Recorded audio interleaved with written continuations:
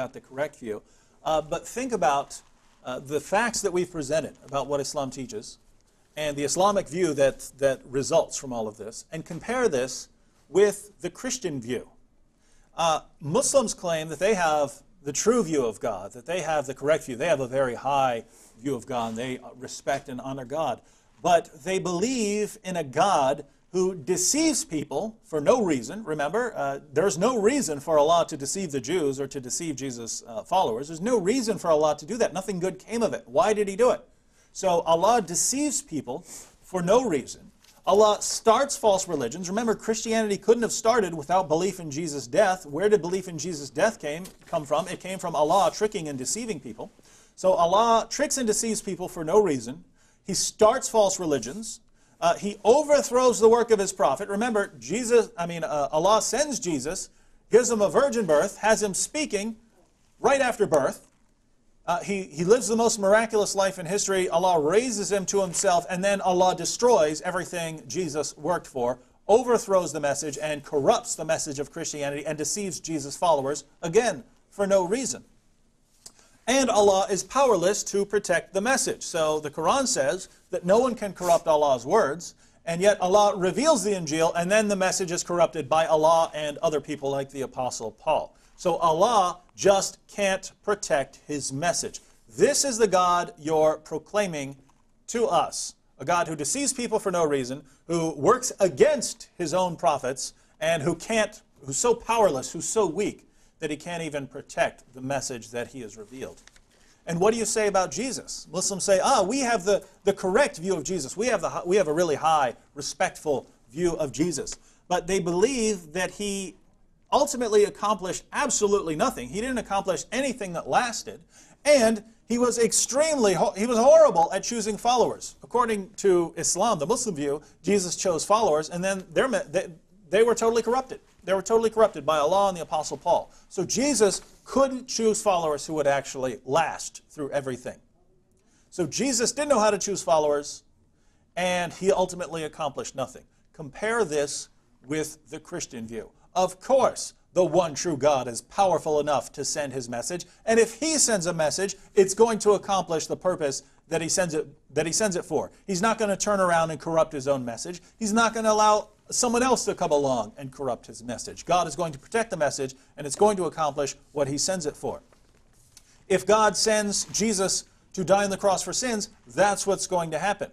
No one's going to conquer or overthrow that message. The message is going to be successful.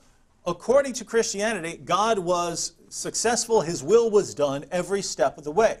God sends Jesus into the world. Jesus does exactly what He's commanded to do. He fulfills it perfectly. While He's here, He chooses followers who are going to carry His message on to the end of the world. He rises from the dead. He appears to them, and they go to their deaths, passing on the message of Jesus' death, resurrection, and deity, which was what God wanted them to do.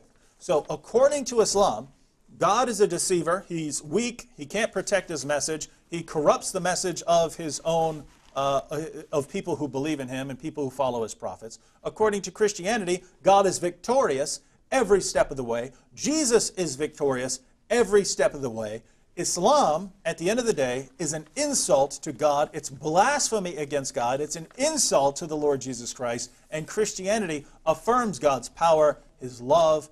It presents God as completely victorious every step of the way, and it presents a Jesus who did exactly what He was sent to do, and whose message has been passed on to this very day. And so, my friends, compare these messages here. Compare the messages. One, God is a deceiver. Jesus is a failure. The other, God is powerful. His will is done. Jesus is completely victorious. What do you do here? We're not even talking about evidence for Jesus' resurrection or anything like that. We're just talking about what the two religions teach. One is blasphemy against God. One exalts and glorifies God. You tell me which one is true. And it seems Islam does accuse God of one of the greatest religious deceptions ever, yet no Muslim can call us and answer us why a religion that prides itself on its view of God proclaim that God starts false religions. We're still waiting for Muslims to call. Maybe they'll call in our 9:45 show tonight with David, Pastor Joseph, and Waleed Shubat. Make sure that you stay tuned for that. David, did you have any final comments? We will end the show, and then we'll be back tonight again at 9:45.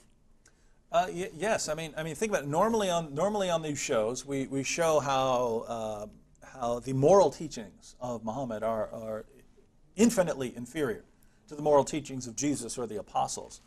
In Islam, you can beat your wives into submission. We saw last night, you can have sex with prepubescent girls. You can rape your female captives. You can rob people. You can torture people. You can slaughter people just because of their beliefs. These are all things that are perfectly acceptable in Islam.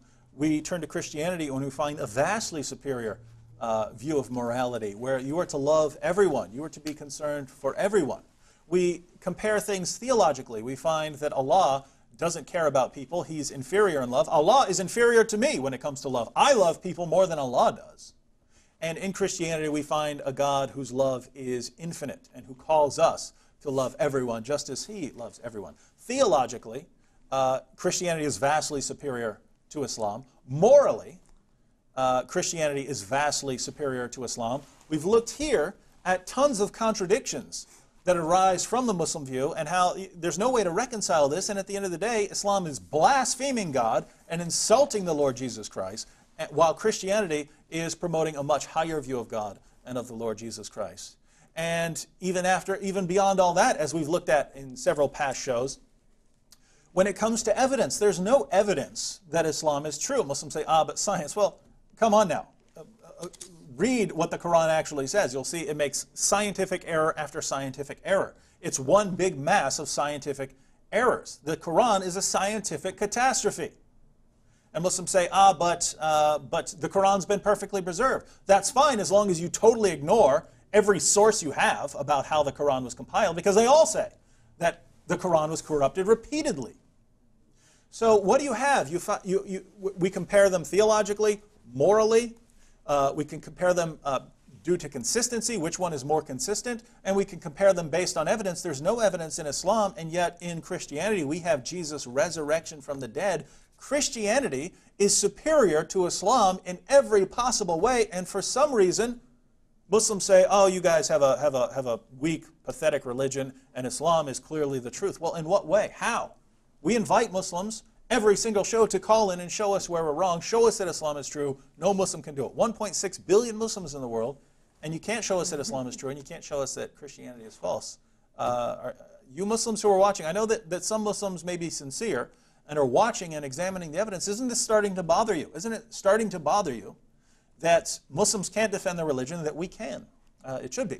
Well, thank you, David, and thank you for joining us. Today's topic was Islam, Allah, and Jesus. Been watching Jesus or Muhammad on ABN. Make sure that you stay tuned tonight at 9:45, tonight at midnight, tomorrow 2:30, tomorrow 9:45, and again tomorrow at midnight.